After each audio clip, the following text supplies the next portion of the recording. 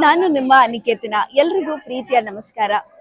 ನಾವು ಇರುವಂತದ್ದು ಬಾಗಲಕೋಟೆ ಜಿಲ್ಲೆಯ ಚೋಳಚಗುಡ್ಡ ಗ್ರಾಮದ ಬಾದಾಮಿ ಬನಶಂಕರಿಯಲ್ಲಿ. ಬಾದಾಮಿ ಬನಶಂಕರಿ, ತಾಯಿ ಬನಶಂಕರಿ ಯಾರಿಗ್ ಗೊತ್ತಿಲ್ಲ ಹೇಳಿ. ಬನದ ಶಂಕರಿ ಬನಶಂಕರಿ. ಬಾದಾಮಿ ಚಾಲುಕ್ಯರ ಕುಲದೇವತೆಯಾಗಿದ್ಲು ಬಾದಾಮಿ ಬನಶಂಕರಿ. ತಾಯಿ 8 ಹಸ್ತಗಳನ್ನ ಹೊಂದಿರುವಂತಹ ಸಿಂಹರೂಪಿಣಿ. ರಾಕ್ಷಸನ ಸಂಹಾರದ ನಂತರ ತಾಯಿ ಇಲ್ಲಿ ಬನಶಂಕರಿಯಾಗಿ ನೆಲೆ ನಿಂತಾಳೆ. ನೋಡ್ತಾ ಇರ್ಬೋದು, ಜೈ ಜೈ ಮಾತಾ ಜೈ ಜೈ ಮಾತಾ ಅನ್ನೋ ಕೂಗು ಎಷ್ಟು ಜೋರಾಗಿ ಕೇಳಿಸ್ತಾ ಇದೆ ಅಂತ. ಹೀಗೆ ಸುತ್ತಮುತ್ತಲ ಎಲ್ಲ ಪ್ರದೇಶಗಳಿಂದ ಇಲ್ಲಿ ಬಂದು ತಾಯಿಯ ಆರಾಧನೆಯನ್ನ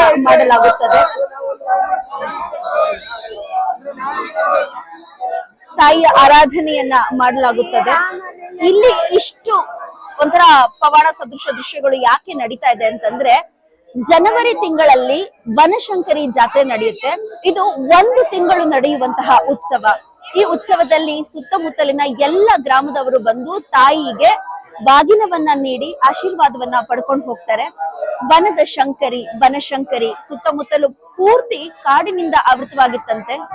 ಆಗ ಅಲ್ಲಿ ಮಧ್ಯ ಇದ್ದಂತಹ ಪಾರ್ವತಿಯ ರೂಪದ ತಾಯಿ ಅಂದ್ರೆ ಶಂಕರನ ಹೆಂಡತಿ ಶಂಕರಿ, ಬನದ ಶಂಕರಿ ಬನಶಂಕರಿ ಆಗ್ತಾಳೆ.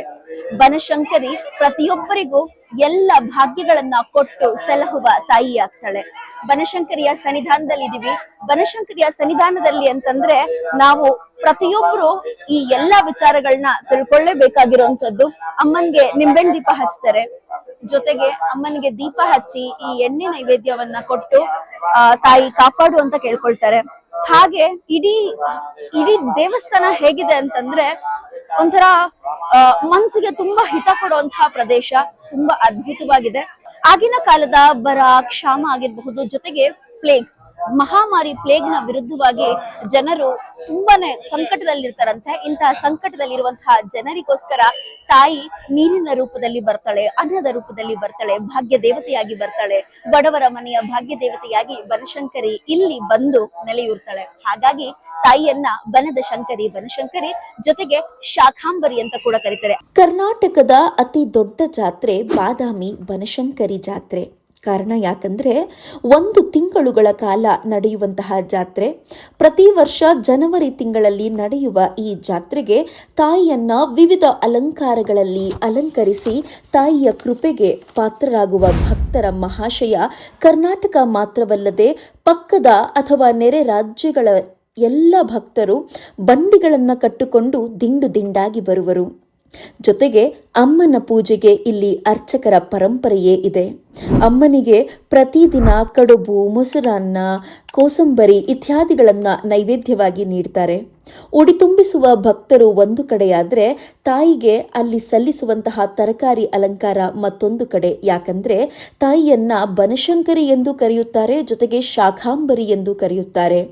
ಶಾಖಾಂಬರಿ ತನ್ನ ಜನರು ಕಷ್ಟದಲ್ಲಿದ್ದಾಗ ತನ್ನ ದೇಹದ ಶಾಖದಿಂದ ತರಕಾರಿಯನ್ನ ಉತ್ಪಾದಿಸಿ ಜನರಿಗೆ ಕೊಟ್ಟಂತಹ ತಾಯಿಯಾದ ಕಾರಣ ಆಕೆಯನ್ನ ಶಾಖಾಂಬರಿ ಎಂದು ಕರೆಯುತ್ತಾರೆ. ಅದು ಏಕಾದಶಿಯೇ ಆಗಲಿ ಅಥವಾ ಯಾವುದೇ ದಿನವಾಗಲಿ ತಾಯಿಗೆ ಉಪವಾಸದ ಮಾತೇ ಇಲ್ಲ. ಇಲ್ಲಿನ ಪದ್ಧತಿ ಹೇಗಂತಂದ್ರೆ ತಾಯಿಗೆ ಪ್ರತಿನಿತ್ಯವೂ ನೈವೇದ್ಯವಾಗುತ್ತದೆ. ಬಾದಾಮಿ ಬನಶಂಕರಿ ತಾಯಿಯ ಜಾತ್ರೆ ಕರ್ನಾಟಕದಲ್ಲಿ ಅತ್ಯಂತ ದೊಡ್ಡದಾದ ಜಾತ್ರೆ. ಇಲ್ಲಿಗೆ ಸಾಗರೋಪಾದಿಯಲ್ಲಿ ಜನ ಹರಿದು ಬರ್ತಾರೆ. ವಾರಾನುಗಟ್ಲೆ ಜನ ಇಲ್ಲೇ ತಂಗಿದ್ದು ತಾಯಿಯ ಕೃಪೆಗೆ ಪಾತ್ರರಾಗಬೇಕೆಂದು ತಾವು ಬೆಳೆದ ಮೊದಲ ಬೆಳೆಯನ್ನ ತಾಯಿಗೆ ಅರ್ಪಿಸ್ತಾರೆ. ಜೊತೆಗೆ ತಾವು ಶುದ್ಧ ಮಡಿಯಿಂದ ತಯಾರಿಸಿದ ತುಪ್ಪವನ್ನ ತಂದು ತಾಯಿಗೆ ತುಪ್ಪದ ದೀಪವನ್ನ ಹಚ್ತಾರೆ. ಜೊತೆಗೆ ಜಾತ್ರೆಯ ಮುಖ್ಯ ವಿಶೇಷ ಏನು ಅಂತಂದ್ರೆ ಇಲ್ಲಿ ಸಿಗುವಂತಹ ರೊಟ್ಟಿ, ಹಿಂಡಿ, ಪಲ್ಯ, ಎಣಗಾಯಿ, ಮೊಸರು ಇದೆಲ್ಲವೂ ಜಾತ್ರೆಯ ವಿಶೇಷತೆಗಳು. ಹಾಗೂ ನಾಟಕ ಕಂಪನಿಗಳು, ಟೂರಿಂಗ್ ಟಾಕೀಸ್ ರೀತಿ ನಡೆಯುವಂತಹ ನಾಟಕ ಕಂಪನಿಗಳು ಇಲ್ಲಿನ ಬಹು ಮುಖ್ಯವಾದಂತಹ ಆಕರ್ಷಣೆ. ಕರ್ನಾಟಕದ ಅತಿ ದೊಡ್ಡ ಜಾತ್ರೆಗೆ ನಾವು ಸಾಕ್ಷಿಯಾದ್ವಿ.